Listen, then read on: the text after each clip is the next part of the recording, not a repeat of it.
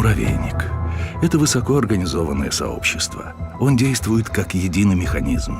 Против любой угрозы муравьи выступают сообща. Существуют десятки видов насекомых, паразитирующих на них.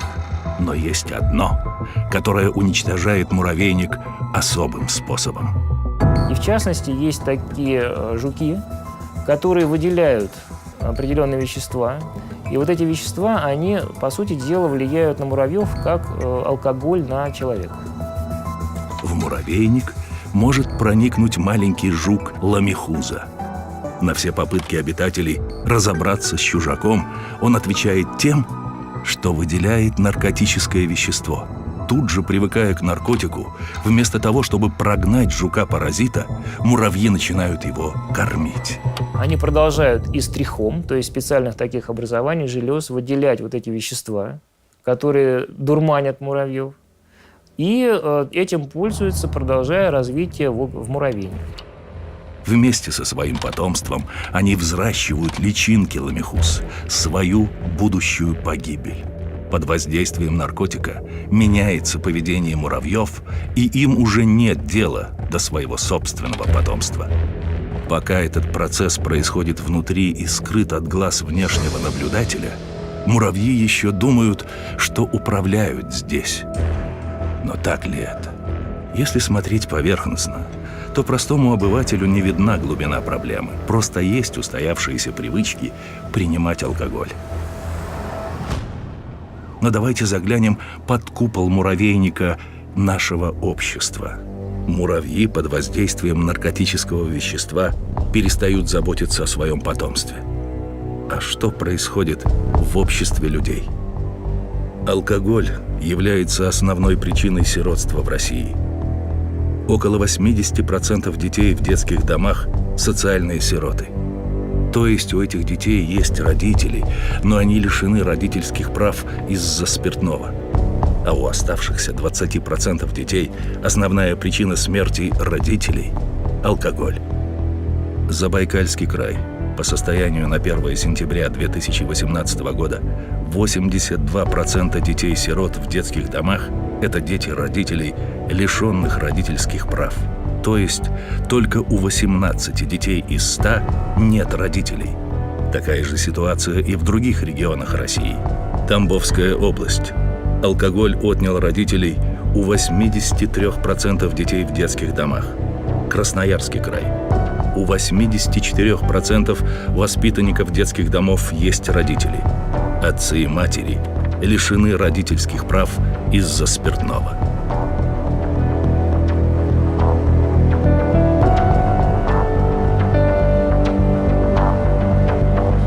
Я никогда раньше не задумывалась, почему ребенок оказывается в детском доме. Вот на данный момент в учреждении находится 38 человек детей.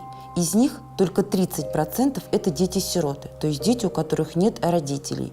70% – это дети, которые попали в детский дом при живых родителях. Основная причина вот этих 70% – это алкоголизм родителей.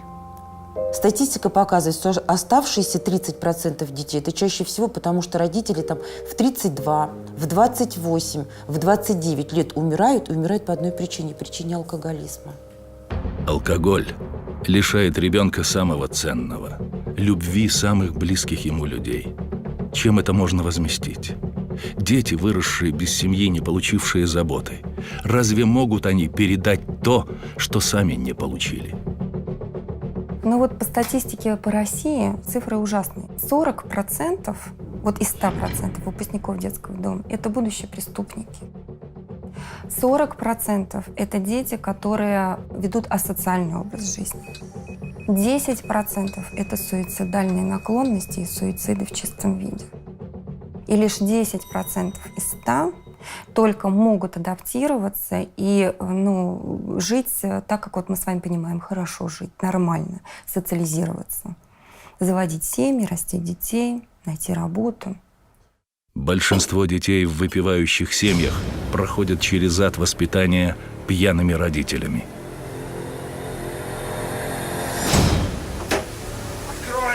Оскорбления, побои и даже изнасилования. И таких детей у нас в стране сотни тысяч.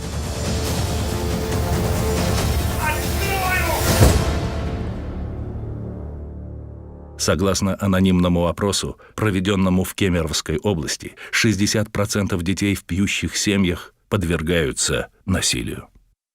Еще один вид страшного жестокого обращения – это сексуальное насилие. К сожалению, такие случаи у нас в стране также есть. Как правило, асоциальные семьи, где живет, например, мать, которая пьет, это вечные компании, это приходящие и уходящие люди, чужие.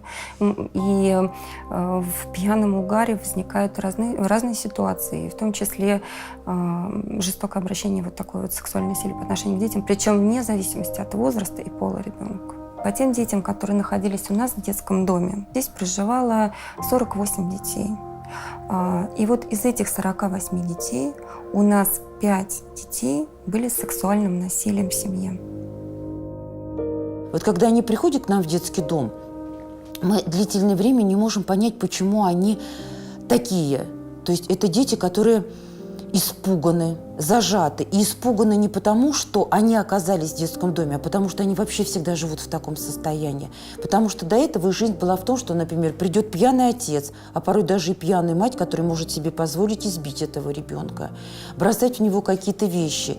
И часто на это уходит не 1 и не 2 года, чтобы вот уже ребенок смог улыбаться, смог спокойно у тебя что-то попросить, а порой даже просто разрешить положить тебе руку на плечо. У нас очень часто бывает так, что мы длительное время не можем прикоснуться к ребенку, потому что когда ты берешь его за плечики, и он весь сжимается, потому что кроме агрессии, которую он видел в этой жизни, в семье, у него больше ничего нет.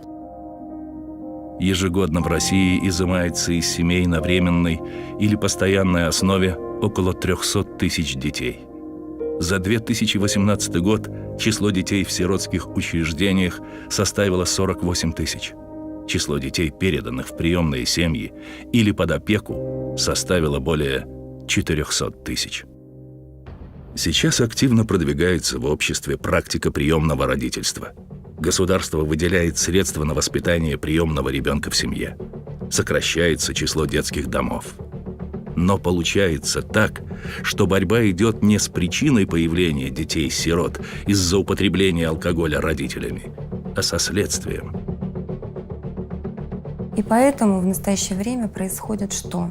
По всей России закрываются детские дома или реорганизуются, превращаются в другие учреждения. И дети попадают в замещающие семьи, в приемные семьи. И еще сложность в том, что вот эти дети при живых родителях, их очень сложно отдать в приемные семьи, потому что они все равно чувствуют, что там есть семья. Хотя та семья дать им ничего не может. Но любой ребенок до конца надеется, что когда-то придет и заберет его своя собственная мама. Тем не менее, нужно сказать о том, что в нашей стране сейчас есть большая проблема вторичного сиротства. Это тогда, когда замещающие приемные родители вынуждены отказаться от своего приемного ребенка. И у ребенка наступает вторичная, так скажем, травма, абсолютная потеря доверия, и базовое доверие к миру, и доверие вообще ко взрослым. Соответственно, эти дети уходят куда? На улицу, в компании, да, в неблагополучный мир, в преступные группировки. А уж после этого вообще практически невозможно найти каких-то форм, методов воспитания, взаимодействия с ребенком. То есть он из стеклянного превращается в железного. Сначала мама оставила детский дом, потом приемные родители оставили. Тем не менее, государство решает проблемы, да, сейчас сирот и оставшихся без попечения, пытается им дать семью хотя бы на том уровне, на котором сейчас мы это возможно сделать. Но ведь на самом деле это не решение изначальной проблемы. Да? Это не решение проблемы, почему дети попадают в детские дома. Ну а маленькие дети в детском доме, это просто страшно. Дети не должны жить в детских домах. Вот что о распространении алкоголя писал хирург с мировым именем академик Федор Григорьевич Углов.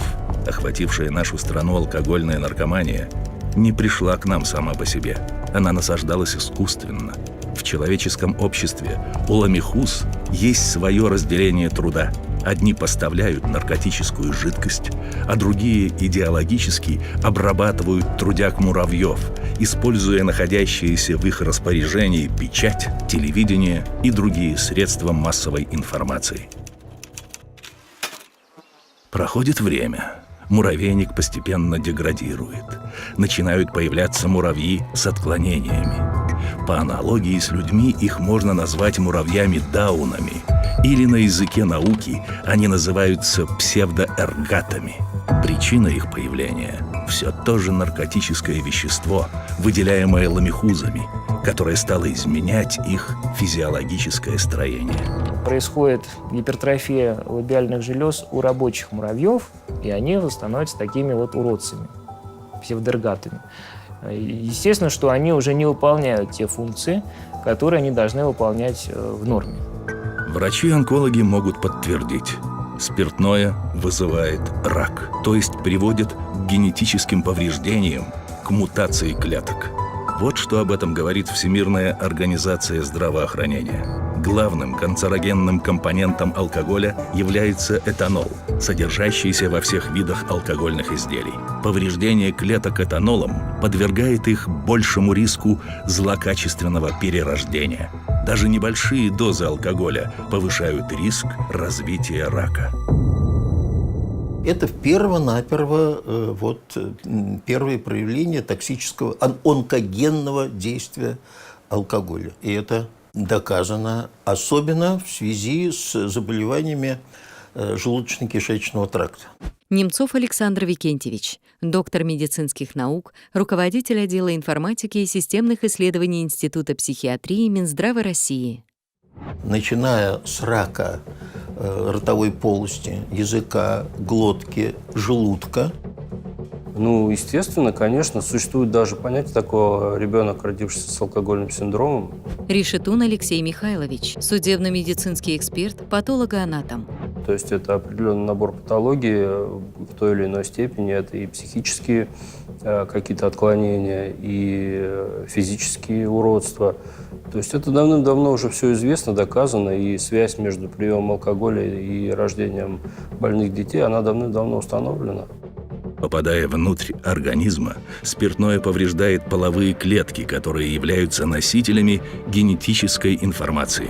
Это приводит к бесплодию или рождению больных детей. Согласно данным новосибирских ученых Детиненко и Гражданникова, свыше 90% дефективных и умственно отсталых детей рождаются на свет от выпивающих родителей, а каждый литр среднедушевого потребления приносит в год 10-12 тысяч изуродованных младенцев. Это генетическое воздействие, которое меняет интеллектуальный, внешний вид человека, перестраивается таким образом, что вот возникает этот набор симптомов, который определяется как алкогольный синдром плода. Дети имеют тяжелое заболевание центральной нервной системы, желудочно-кишечного тракта, опорно-двигательной системы. Вот уже 12 лет в нашем детском доме находится ребенок, который в возрасте 4 лет поступил в наш детский дом. Ребенок поступил из социально неблагополучной семьи, где родители злоупотребляли алкоголем. Так, в свои 16 лет ребенок весит 12 килограмм. Есть такая пословица: дед пропил печенку внука. Люди, которые употребляют алкоголь, они не думают, в большинстве своем не думают, какие у них будут дети, какие у них будут внуки тем более. А вот последующие поколения, они как раз и будут страдать от этого в большей степени. Конечно, тут не стоит лукавить. Конечно, они обречены на пребывание в стенах, если не нашего, то потом впоследствии взрослого аналогичного учреждения, либо медицинского, либо социального. Это универсальный яд совершенно, он действует абсолютно на все клетки организма. И понятно, что половые клетки, которые несут информацию генетическую, которая очень, очень нежная и способна легко повреждаться, они и повреждаются, естественно. Конечно, ребенок рождается неполноценным. Хотелось бы, чтобы, услышав такие истории и увидев то, к чему приводит нашу пагубная привязанность, задумались и нашли все силы остановиться у той черты, за которой трагедия и сломанная жизнь их родного ребенка. Если набрать в поисковых системах слова «самый опасный наркотик в мире», то можно увидеть, что по данным самых разных исследований, алкоголь занимает верхние строчки. А согласно некоторым из них, он является самым опасным. Прежде всего из-за его доступности, так как он свободно продается вместе с продуктами питания, и у человека не возникает опасений по отношению к нему. Посмотрим, какое определение дают алкоголю. Большая советская энциклопедия. Алкоголь относится к наркотическим ядам. Алкоголь или этанол относится к наркотическим ядам жирного типа. Курс лекций по судебной медицине. Большой энциклопедический словарь. Этиловый спирт – это наркотическое вещество. Да, это действительно, с точки зрения медицинской, это яд. Несомненно, это наркотическое вещество, поскольку оно вызывает зависимость. Психоактивные вещества, они тесно взаимосвязаны между собой. Скворцова Елена Сергеевна, доктор медицинских наук, профессор Центрального научно-исследовательского института организации информации и здравоохранения. И вот наши исследования, они показали, если подросток не употребляет алкоголь, да, то вероятность его обращения к наркотическим веществам, да, к той же марихуане, да, составляет всего среди мальчиков 0,03%, а среди девочек 0,01%. На вопрос, когда ты первый раз попробовал алкоголь, 66% мальчиков и практически 70% девочек пишут дома, в семье, на празднике. Понимаете? Вот то есть приобщают у нас сегодня родители, сами того не подозревая, какую мину замедленного действия они закладывают. В сентябре 2018 года ученые Кембриджского университета потребовали признать алкоголь наркотиком на государственном уровне. Они заявили, что спиртное опаснее героина. От него ежегодно умирает гораздо больше людей, чем от запрещенных наркотических веществ. Заметим, что ламехузы призывают людей пить умеренно, или, как говорят, культурно. Но алкоголь – это наркотический яд, и призыв пить яд культурно выглядит по меньшей мере дико. Не случайно Всемирная организация здравоохранения заявляет о том, что безопасных доз алкоголя не существует. Что любое количество спиртного вредно, заявляет и Министерство здравоохранения России. Это подтверждают многолетние исследования, опубликованные в августе 2018 года в одном из самых авторитетных медицинских журналов в мире «Lancet». Специалисты наблюдали за людьми в 195 странах, изучая, как употребление спиртного влияет на их здоровье. Было установлено, что безопасных доз алкоголя не существует. Проработав почти 20 лет и каждый день фактически сталкиваясь с мертвыми людьми, я могу однозначно совершенно сказать, что алкоголь для организма является ядом, и принципиальная разница, что вы пьете, сколько вы пьете, как часто вы пьете, не имеет принципиальной разницы, нет совершенно. В любом случае, сколько бы вы ни приняли, какого качества напиток вы бы не выпили, он будет оказывать негативное влияние на ваш организм. Понятно, что вы сразу это не заметите, но поверьте мне, когда вы это заметите, может быть уже поздно. Поэтому лучше не начинать, в принципе, вообще.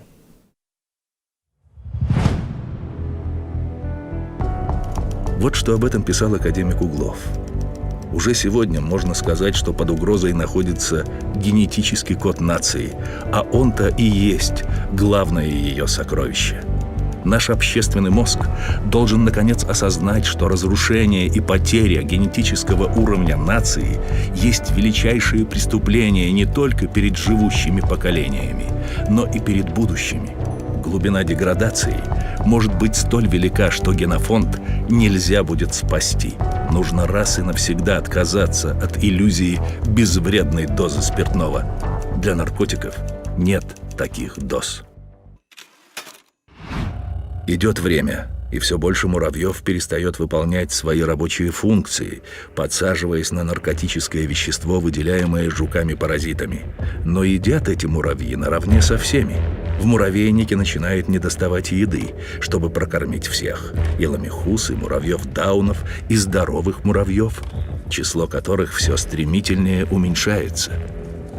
Такая ситуация, патовая получается. Муравьи не могут осознать того, что у них происходит деградация семьи именно в связи с этой химической мимикрией ламихус. Количество ламихус растет. Из личинок появляются новые жуки-паразиты. Увеличивается уровень потребления наркотического вещества. И в какой-то момент он становится критическим. По данным Всемирной организации здравоохранения, при потреблении алкоголя в стране более 8 литров спирта в год на душу населения происходит необратимое вырождение нации. По данным ВОЗ, на 2017 год объем потребления алкоголя в нашей стране составляет 13,9 литра на каждого человека, включая детей. Профессор Искаков, изучавший влияние алкоголя на состояние общества, писал, что падение нравственности начинается очень рано. Еще при душевом потреблении его на уровне 3-4 литров в год. С 4-5 литров душевого потребления развивается алкогольно-нравственный коллапс. Начинается падение нравов среди взрослых и молодежи. С годами все больше появляется ослабленно мыслящих ученых, академиков, управленцев. Страна не только не прогрессирует в своем развитии, но и теряет свои былые достижения. И если общество не найдет в себе силы, чтобы остановиться и прекратить потребление спиртного, оно обрекает себя и свою страну на гибель. Кто-то может сказать, продажа спиртного выгодна самому государству. Но это один из мифов, распространяемых ламихузами. Есть известный миф, который поддерживают противники антиалкогольной политики. Очень часто повторяют такие слова, что алкоголь дает очень большой доход государству. На самом деле, если обратиться к цифрам, понятно, что это не более чем миф. Колосницына Марина Григорьевна, профессор Национального исследовательского университета, Высшая школа экономики. По данным Росстата, за 2016 год у нас погибло от алкоголя 56 тысяч человек в стране. Мы можем посчитать, сколько лет все эти люди не дожили до пенсии. Соответственно, сколько лет они могли бы работать, производить общественный продукт. Мы получаем сумму порядка 300 миллиардов рублей. Это только потери за один год, только от смертности, которая официально регистрируется как смертность, связанная с алкоголем. И я напомню, что доходы акцизные бюджета от спиртных напитков – это 300 миллиардов. Но если мы учтем, что помимо смертности есть еще дополнительные издержки от заболеваемости, дополнительные издержки от пропусков работы, дополнительные издержки от лечения травм, от ликвидации последствий пожаров и так далее, то на самом деле суммарные издержки годовые от алкоголя гораздо выше, чем тот доход, который получает государство в форме акцизных налогов. Если мы посмотрим консолидированный бюджет нашей страны на сайте Федерального казначейства, то мы увидим, что доля суммарных доходов от всех акцизов на спиртные изделия составляет всего 1%. А убытки, приносимые алкоголем, просто колоссальные. Это и смертность, преступления, ДТП, содержание тюрем, содержание детских домов, содержание интернатов и так далее, и так далее, и так далее. На самом деле эти издержки касаются каждого гражданина как налогоплательщика, потому что расходы несет государственный бюджет, а бюджет, как известно, в основном формируется за счет налогов, которые платим все мы с вами. И не только те, кто работает и платит налоги заработной платы, но любой человек, который идет в магазин и покупает какие-то товары или услуги, тоже платит косвенные налоги. Поэтому надо понимать, что алкоголь – это проблема для всей экономики, это проблема для всего населения. Мы все вместе с вами несем эти издержки. Кто же зарабатывает на этом бессовестном бизнесе? Например, рынок производства пива почти полностью поделен между 4 компаниями из Бельгии, Турции, Дании и Нидерландов. Объем продажи пива в 2017 году составил более 800 миллиардов рублей. То есть, покупая каждый раз российское пиво, мы участвуем в огромных прибылях западных корпораций. И в этом смысле понятно, что вокруг алкоголя существует бизнес. Мы видим, как серьезно лоббируется этот бизнес. Гаворин Николай Васильевич, доктор медицинских наук, профессор, заместитель председателя Комитета Государственной Думы по охране здоровья. К сожалению, именно органы исполнительной власти в ряде случаев и законодательной власти идут на всякого рода поблажки. Но на самом деле это бизнес, который густо замешан на человеческом горе. Если проанализировать статистику смертности в нашей стране, станет ясно, что спиртное – один из главных факторов вымирания и деградации населения России. Приблизительно около 37% смертности прямо или косвенно ассоциировано с потреблением алкоголя, пьянством, алкоголизмом. По данным Роспотребнадзора, ежегодно в России около 500 тысяч человек преждевременно умирают от тех или иных последствий употребления алкоголя. То есть можно сказать, что каждый год в нашей стране из-за спиртного стирается с лица земли целый город регионального значения, в котором сотни улиц и тысячи домов.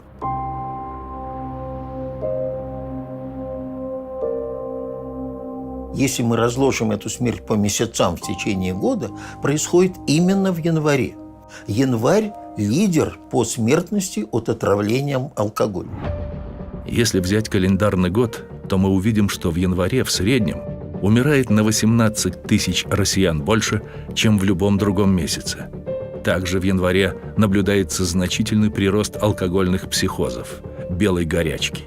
Для сравнения, за все 9 лет боевых действий в Афганистане погибли около 15 тысяч советских военнослужащих. То есть за неделю пьяных январских выходных умирает людей больше, чем за 9 лет войны в Афганистане. Как правило, когда человек покупает спиртное, он уверен, что проблемы, связанные с ним, его не касаются.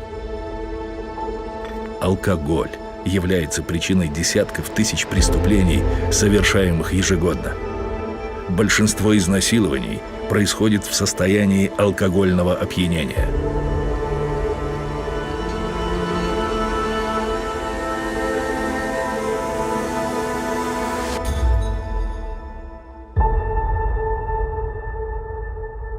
Алкоголь – это основная причина тяжких преступлений.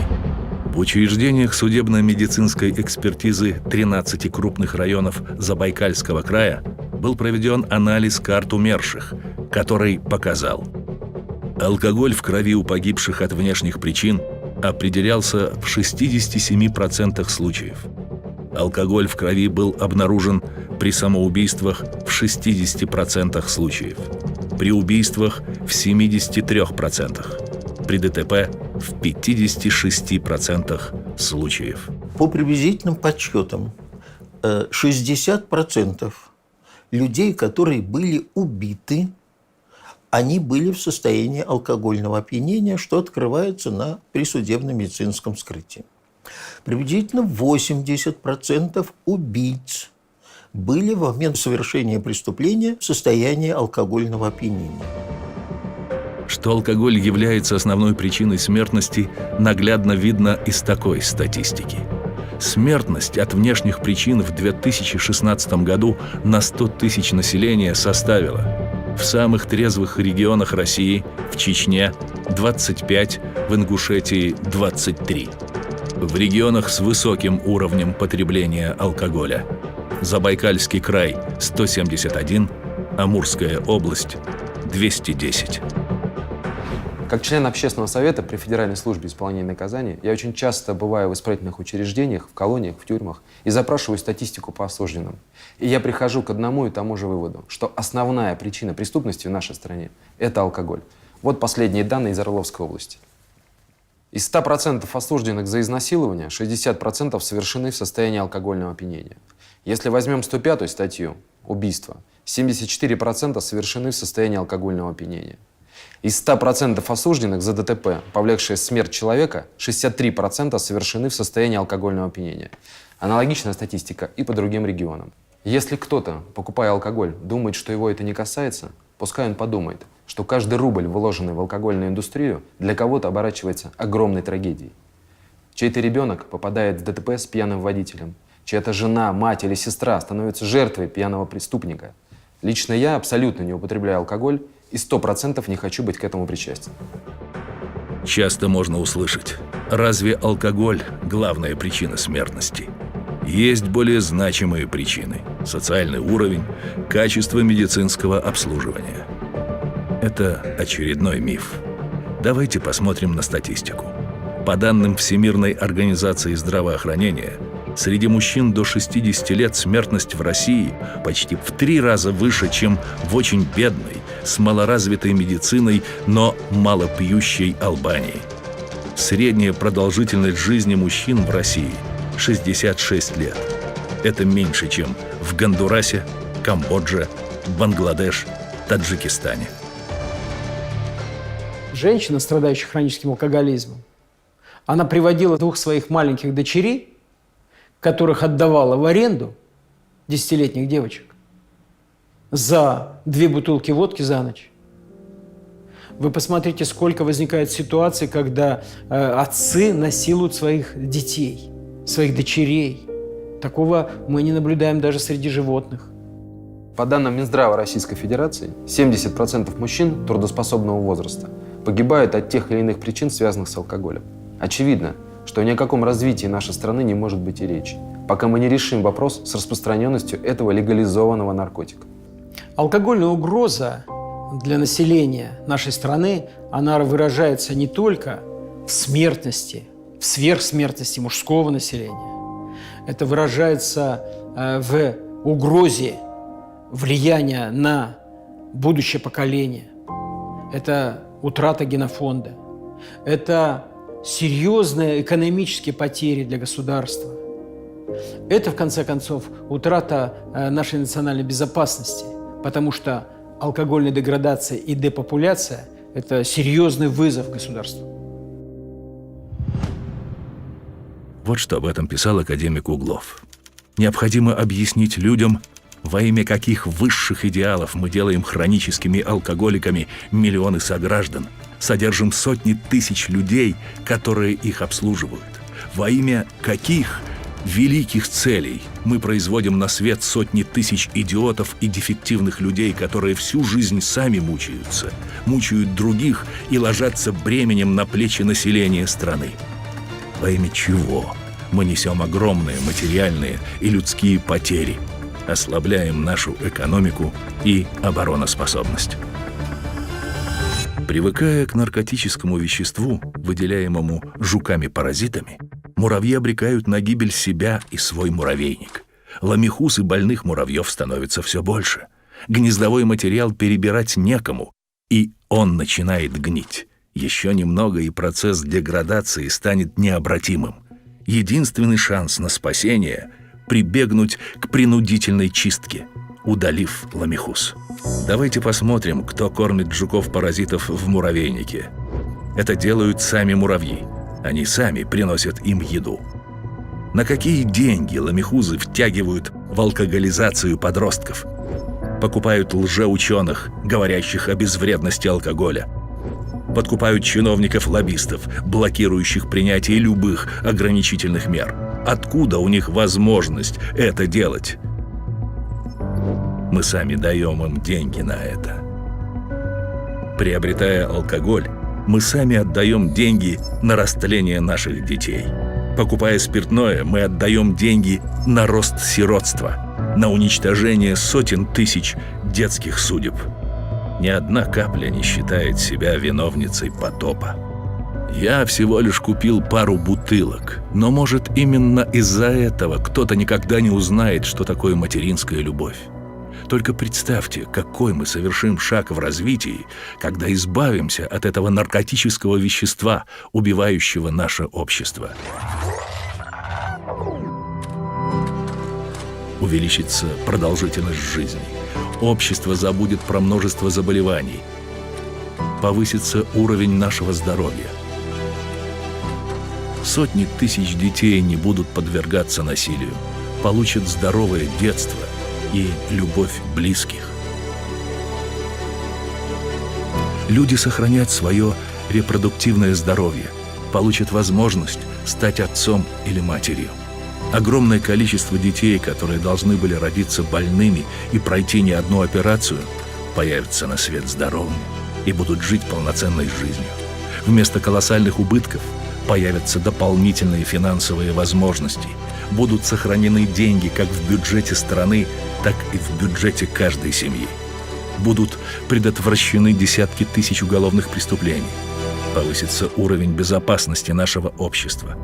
Полностью отказываясь от алкоголя, выбирая трезвый образ жизни, мы обнаружим скрытый потенциал как для нашего собственного развития и успеха, так и для благополучия и процветания всей страны.